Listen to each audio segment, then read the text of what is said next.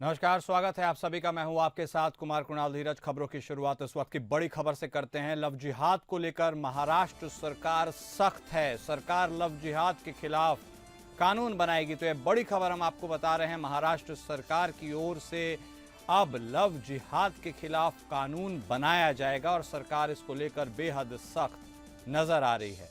DGP के नेतृत्व में एक कमेटी बनेगी और महाराष्ट्र सरकार लव जिहाद के खिलाफ कानून बनाएगी।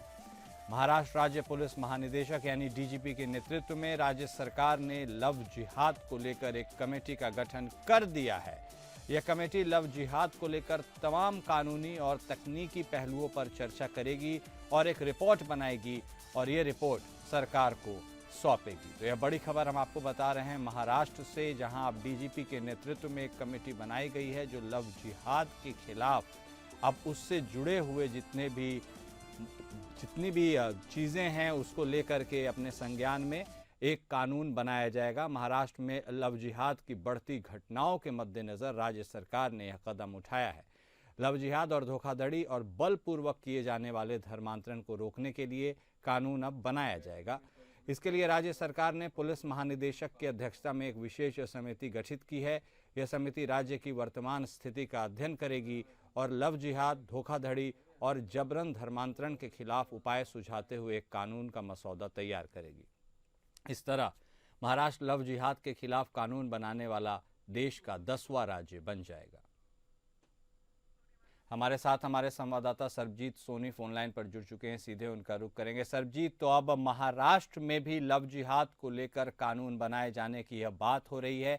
कितना बड़ा कदम यह माना जाता है महाराष्ट्र राज्य के लिए, और अब यह जो कमेटी बनाई गई है कब तक इसे रिपोर्ट सौंपनी है ताकि यह कानून जल्दी से जल्दी बनाया जा सके? ये महाराष्ट्र में अब लव जिहाद को लेकर भी अब कानून बनाने की जो प्रक्रिया है वो शुरू कर दी गई है। महाराष्ट्र के जो डीजीपी रश्मि शुक्ला हैं उनके नेतृत्व में एक कमेटी बनाई गई है जो कमेटी पूरे मामले की उल्लेख करेगी। वर्तमान जो है अपना जो मामले हैं महाराष्ट्र में उनका जायजा लिया जाएगा और जिन राज्यों में लव जिहाद लागू किया गया है वहाँ पे कानून को लेकर वहाँ पे चर्चाएं की जाएंगी, वहाँ से गाइडेंस लिया जाएगा, जिसके बाद एक कमेटी रिपोर्ट फाइल करेगी, जिसके बाद ये लव जिहाद का जो कानून है वो बनाया जाएगा।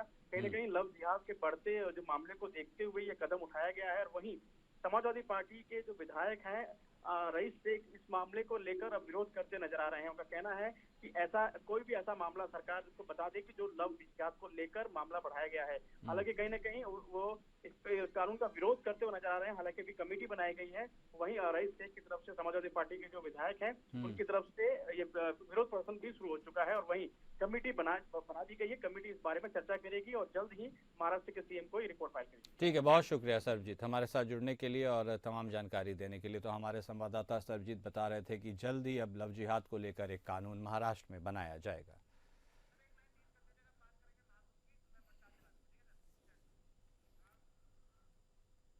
और अब बात करेंगे महाकुंभ की।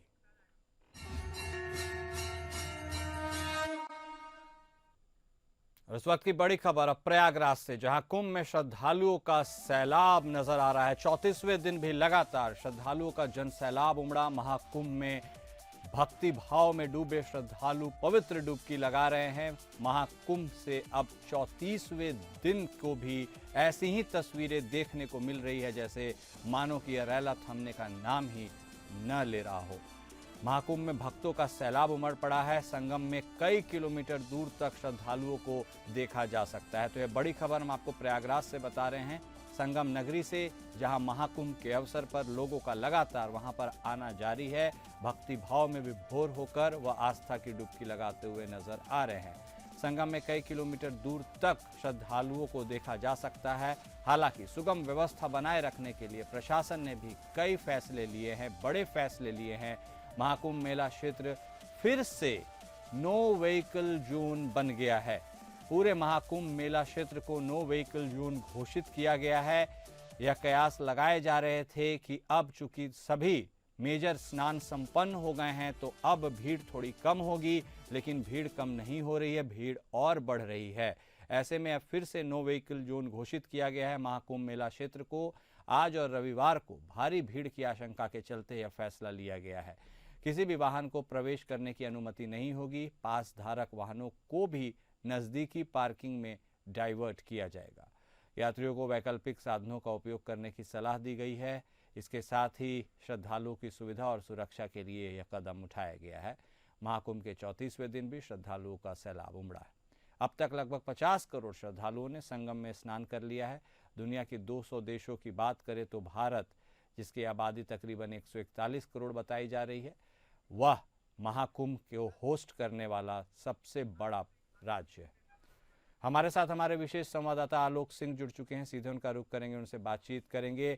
आलोक, तो देखिए, महाकुंभ की लगातार हम बात कर रहे हैं और ऐसे में यह उम्मीद जताई जा रही थी कि अमृत स्नान के बाद और तमाम माघी पूर्णिमा के स्नान के बाद अब यह जो भीड़ है उसकी संख्या थोड़ी सी कम होगी, लेकिन ऐसा होता हुआ नजर नहीं आ रहा है। नो व्हीकल जोन फिर से घोषित कर दिया गया। क्या कुछ लेटेस्ट अपडेट है अभी महाकुंभ की नगरी प्रयागराज से? देखिए, एक भारी जनसैलाब श्रद्धालुओं का संगम की तरफ बढ़ता जा रहा है और भले प्रमुख स्नान पर बीत गए हैं, लेकिन जो जनमानस है, जो जनसैलाब है, जो श्रद्धालु हैं, उनकी भीड़ में कोई कमी नहीं आई है और पूरा का पूरा प्रयागराज एक बार फिर श्रद्धालुओं से पूरी की तरह भर गया है। और अब चारों तरफ जो जाम की समस्या थी फिर उत्पन्न हो गई है और संगम के आसपास के क्षेत्र में भीषण जाम लगा हुआ है और पूरा का पूरा जो संगम का क्षेत्र है वो नो व्हीकल जोन पहले से घोषित है और किसी तरह का पास मौनी अमावस्या की भगदड़ के बाद सभी तरीके के पास रद्द कर दिए गए थे। हाँ, ये इतना जरूर है कि वीआईपी कल्चर पूरी तरीके से मेले पे हावी है। वीआईपीओं की गाड़ियां घाटों तक पहुंच रही हैं और सायरन बजाते हुए, हूटर बजाते हुए वो बाकायदे निकल जा रही हैं। पुलिस की गाड़ियां और वीआईपी की गाड़ियां। श्रद्धालु भारी संख्या में संगम की तरफ बढ़ रहे हैं और आस्था की डुबकी लगाने के लिए संगम के प्रमुख स्नान घाटों पर डुबकी लगा रहे हैं। चाहे अरैल हो, फाफा मऊ हो, चाहे इधर किला घाट हो, सब जगह श्रद्धालु आस्था की डुबकी लगा रहे हैं और श्रद्धालुओं की भीड़ में कोई कमी दिखाई नहीं पड़ रही है। भारी संख्या में देश और दुनिया से श्रद्धालु संगम की तरफ बढ़ते चले जा रहे हैं और आज चूंकि पूरी तरीके से वाहनों के प्रवेश पर प्रतिबंध लगा दिया गया है। जी ठीक है, बहुत धन्यवाद आलोक, लेकिन आप बने रहिएगा हमारे साथ, हम आपके साथ दोबारा जुड़ेंगे। तो प्रयागराज से एक और बड़ी खबर वह हम आपको बता दें, जहां प्रयागराज मिर्जापुर हाईवे पर एक भीषण सड़क हादसा हुआ है। श्रद्धालुओं से भरी बोलेरो और बस में आमने सामने की टक्कर हुई है। तो ये बड़ी खबर प्रयागराज से आपको बता रहे हैं, जहां प्रयागराज मिर्जापुर हाईवे पर भीषण सड़क हादसा हुआ है। इस हादसे में 10 श्रद्धालुओं की मौत हो गई है। प्रयागराज मिर्जापुर हाईवे पर देर रात यह भीषण सड़क हादसा हुआ। हादसे में सूचना मिल रही है कि 10 श्रद्धालुओं की मौत हो गई है। श्रद्धालुओं से भरी बोलेरो और बस में आमने सामने की टक्कर हुई है। हादसे में बोलेरो सवार सभी 10 श्रद्धालुओं ने मौके पर ही दम तोड़ दिया। ये सभी छत्तीसगढ़ के कोरबा जिले के रहने वाले थे। बोलेरो सवार सभी 10 श्रद्धालु संगम स्नान के लिए मेला क्षेत्र में आ रहे थे। हादसे में बस में सवार 19 श्रद्धालु भी जख्मी हुए हैं, जो संगम स्नान के बाद वाराणसी जा रहे थे। सभी घायलों को सीएचसी रामनगर में भर्ती कराया गया है। बस में सवार सभी श्रद्धालु मध्य प्रदेश के राजगढ़ जिले के रहने वाले हैं। तो यह भीषण सड़क हादसा हुआ है प्रयागराज मिर्जापुर हाईवे पर, जहां एक बोलेरो में 10 श्रद्धालु सवार थे और संगम में स्नान के लिए जा रहे थे, लेकिन एक भीषण सड़क हादसा हुआ। बस से टक्कर हो गई इस बोलेरो की और इसमें सवार सभी 10 लोग अपनी जान गंवा दिए। हमारे साथ हमारे विशेष संवाददाता आलोक सिंह लगातार बने हुए हैं। आलोक, तो ये बेहद दुखदाई खबर आ रही है प्रयागराज मिर्जापुर हाईवे से। बोलेरो में सवार जितने लोग थे सभी ने दम तोड़ दिया। अपने आप में बहुत दुखदाई खबर। कैसे हुआ यह पूरा हादसा और अभी तक क्या कुछ अपडेट है इस खबर को लेकर? हमारे संवाददाता से लगता है हमारा संपर्क टूट गया। हम एक बार फिर से जुड़ने की कोशिश करेंगे। तो प्रयागराज मिर्जापुर हाईवे से यह तस्वीरें हम आपको दिखा रहे हैं। बोलेरो की हालत देखकर समझा जा सकता है कि टक्कर कितनी ज़बरदस्त हुई होगी। आलम यह रहा कि इसमें सवार सभी 10 श्रद्धालुओं ने मौके पर ही दम तोड़ दिया। बस में भी बैठे हुए 19 श्रद्धालु जो संगम में स्नान करके वाराणसी की तरफ जा रहे थे वह भी घायल हुए हैं, लेकिन बोलेरो की हालत देखकर स्पष्ट समझा जा सकता है कि टक्कर कितनी भयावह रही होगी। हमारे साथ हमारे संवाददाता आलोक एक बार फिर से जुड़ गए हैं, सीधे उनका रुख करेंगे। आलोक, ये बहुत दुखदाई खबर है और तस्वीरों के माध्यम से देखकर यह समझा जा सकता है कि टक्कर कितनी ज़बरदस्त हुई होगी। कैसे हुआ यह हादसा और अभी की क्या स्थिति है, इस पर पूरा अपडेट हमारे दर्शकों को दीजिए। की भारी भीड़ संगम श्रद्धालुओं की भारी भीड़ संगम की तरफ आ रही है और मेजा क्षेत्र में ये हादसा हुआ है और इसमें 10 श्रद्धालुओं की मौत हो गई है और 26 श्रद्धालु इसमें घायल हैं, जिनको अस्पताल में इलाज के लिए भेजा जा रहा है। तो बेहद दुखद घटना है। ये सभी श्रद्धालु संगम में स्नान करने के लिए आ रहे थे और ये घटना जो है जमुना पार क्षेत्र के मेजा में हुई है, जहाँ पे 10 श्रद्धालुओं की मौके पर ही मौत हो गई और 26 श्रद्धालुओं को इलाज के लिए विभिन्न प्रयागराज के विभिन्न अस्पतालों में भर्ती कराया गया है। जी ठीक है, बहुत धन्यवाद आलोक हमारे साथ जुड़ने के लिए, जानकारी देने के लिए। एक दुर्भाग्यपूर्ण घटना घटित हुई है। एक बस और बोलेरो आमने सामने आ गई, जिसमें टक्कर हुई। यात्री बस से प्रयागराज से मिर्ज़ापुर की तरफ जा रहे थे और बोलेरो में कुछ लोग 10 लोग सवार थे, जो कि छत्तीसगढ़ से प्रयागराज की तरफ आ रहे थे। इस घटना में जो बोलेरो में सवार 10 व्यक्ति थे, उनकी मृत्यु हो गई है। उनके परिवारजनों को संपर्क कर लिया गया है, वो लोग यहाँ पर पहुँच रहे हैं। जो बस में यात्री थे, उनमें से कुछ लोग घायल हुए, मामूली चोटें आई हैं, उनको फर्स्ट एड प्रदान कर दिया गया है और वैकल्पिक व्यवस्था करके उनको अपने गंतव्य पर पहुँचाया जा रहा है। और अभी रुकेंगे एक छोटे से ब्रेक के लिए, आप कहीं मत जाइए, फौरन लौटते हैं। इस वक्त एक और बड़ी खबर आ रही है, जहां पूर्व मंत्री सत्येंद्र जैन मामले में सुनवाई होगी। राउज एवेन्यू कोर्ट में आज इस बाबत सुनवाई होनी है। राउज एवेन्यू कोर्ट कोई समन भी जारी कर सकता है। तो यह बड़ी खबर पूर्व मंत्री सत्येंद्र जैन से जुड़ी हुई हम आपको बता रहे हैं, जहां राउज एवेन्यू कोर्ट में आज सुनवाई हो सकती है और समन भी जारी हो सकता है।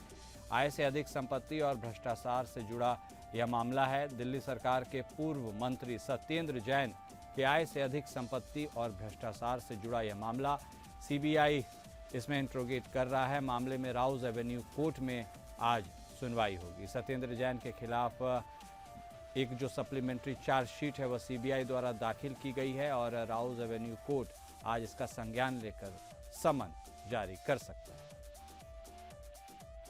तो यह खबर हम आपको बता रहे हैं दिल्ली सरकार में पूर्व मंत्री रहे सत्येंद्र जैन से जुड़ी हुई, और हमारे साथ हमारे संवाददाता विवेक सिंह चंदेल भी जुड़ चुके हैं, उनसे बातचीत करेंगे। विवेक, तो अब चूंकि राउज एवेन्यू कोर्ट ने अब इस पूरे मामले का संज्ञान ले लिया है, तो क्या यह समझा जाए कि सत्येंद्र जैन की मुश्किलें बढ़ सकती हैं या अभी इस पर कुछ भी कहना जल्दबाजी होगा? इस पूरे मामले में थोड़ा अपडेट भी दे दीजिए। बिल्कुल इसमें सत्येंद्र जैन के खिलाफ चूंकि जो सीबीआई है इस मामले में जांच कर रही है, उसने 4 जनवरी को इसमें सप्लीमेंट्री चार्जशीट दाखिल की थी और ये राउज एवेन्यू कोर्ट को बताया था कि सत्येंद्र जैन के खिलाफ मुकदमा चलाने की मंजूरी मिल चुकी है।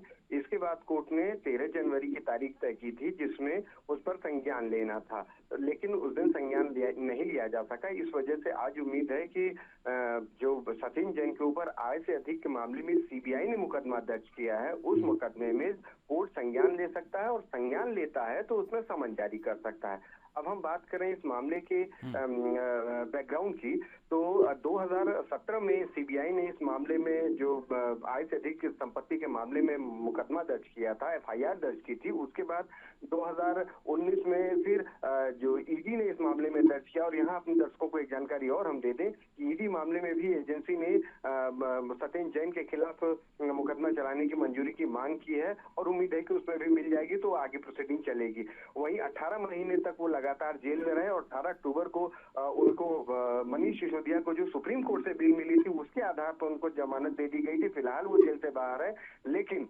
आय से अधिक संपत्ति के मामले में सीबीआई का मामला है। सीबीआई के मामले में आज इस मामले में जो चार्जशीट सप्लीमेंट्री चार्जशीट 4 जनवरी को दाखिल की गई थी, उसके ऊपर संज्ञान लेने की प्रक्रिया कर सकता है और अगर संज्ञान लेता है कोर्ट इस मामले में तो इनको समन जारी कर सकता है। तो उसके लिए हमें इंतजार करना पड़ेगा कि राउज एवेन्यू कोर्ट में इस मामले की सुनवाई होती है नहीं, क्योंकि 13 जनवरी को जब सुनवाई होनी थी उस दौरान उससे पहले ही 4 जनवरी को सप्लीमेंट्री। ठीक है, बहुत शुक्रिया विवेक आपका हमारे साथ जुड़ने के लिए, बातचीत करने के लिए और तमाम अपडेट देने के लिए। सीतापुर प्रभारी मंत्री मयंकेश्वर शरण सिंह ने बीजेपी जनप्रतिनिधियों के साथ विकास योजनाओं पर चर्चा की। महाकुंभ पर विपक्ष की टिप्पणी को लेकर प्रभारी मंत्री ने जमकर प्रहार किया। उन्होंने कहा कि महाकुंभ में दिख रही सनातन की ताकत देखकर विपक्ष परेशान हो रहा है। प्रभारी मंत्री मयंकेश्वर शरण सिंह ने विपक्ष के परिवारवाद पर भी हमला किया।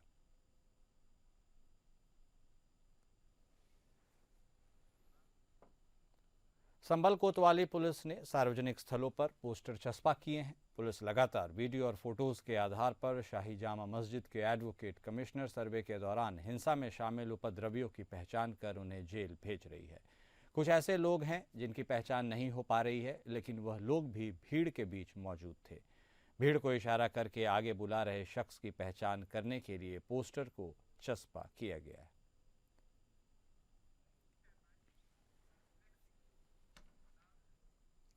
और अब खबर कौशाम्बी से है, जहां दहेज में बुलेट न देने पर विवाहिता की फांसी लगाकर हत्या करने का मामला सामने आया है। महिला का नाम शालिनी है। शालिनी की शादी 2 साल पहले पिंटू पटेल नामक युवक के साथ हुई थी। विवाहित युवती के पिता ने बताया कि शादी के 1 साल बाद से ही दामाद बेटी से बुलेट की मांग करने लगा।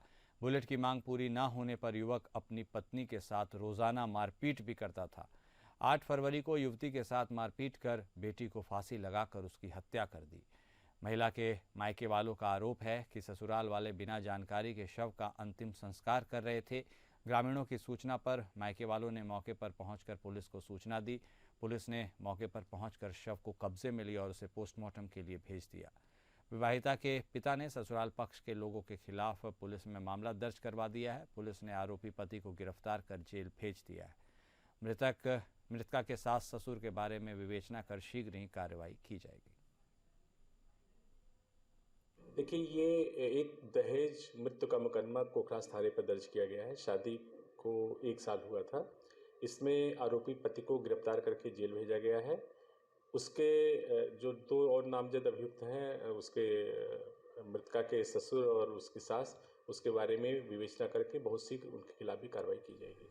गौतम बुद्ध नगर पुलिस कमिश्नरेट द्वारा अपराध पर लगाम लगाने के लिए शुरू किया गया ऑपरेशन क्लीन जारी है। इस ऑपरेशन के तहत बीते रात 6 घंटे के अंदर जिले के 3 थाना क्षेत्रों में हुए पुलिस और बदमाशों के बीच मुठभेड़ में गोली लगने से 3 बदमाश घायल हुए हैं और 1 बदमाश को गिरफ्तार किया गया है।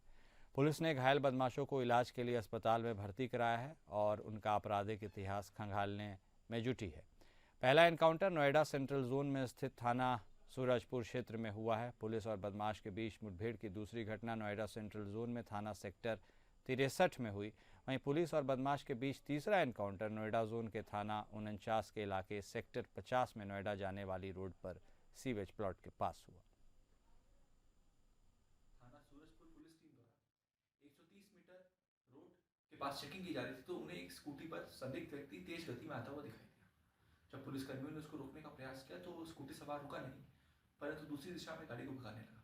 जब पुलिसकर्मियों ने उसका पीछा किया तो खुद को गिरता देख उसने पुलिस की तरफ जान से मारने की नीयत से फायर किया। पुलिस वाले बाल बाल बचे। जब पुलिस ने जवाबी फायर किया तो स्कूटी चालक के पैर में गोली लगी और उसको तुरंत ही पास वाले अस्पताल में उपचार के लिए भेजा गया। जब पुलिस ने इसमें आगे तफ्तीश की तो मालूम चला कि स्कूटी चालक का नाम विनय है और वह थाना सूरजपुर में गैंगस्टर एक्ट में काफ़ी समय से वांछित चल रहा था। उसके ऊपर गौतम बुद्ध नगर में लगभग 1 दर्जन के आसपास के मुकदमे दर्ज है। वह उसका नाम विनय है और मूल रूप से वो एटा का निवासी है। अभी उसको न्यायिक हिरासत भेजा जा रहा है। उसके ऊपर 10,000 का इनाम भी चल रहा था। अन्य विधिक कार्रवाई प्रस्तुत है। और फिलहाल इस बुलेटिन में अभी के लिए बस इतना ही। नमस्कार।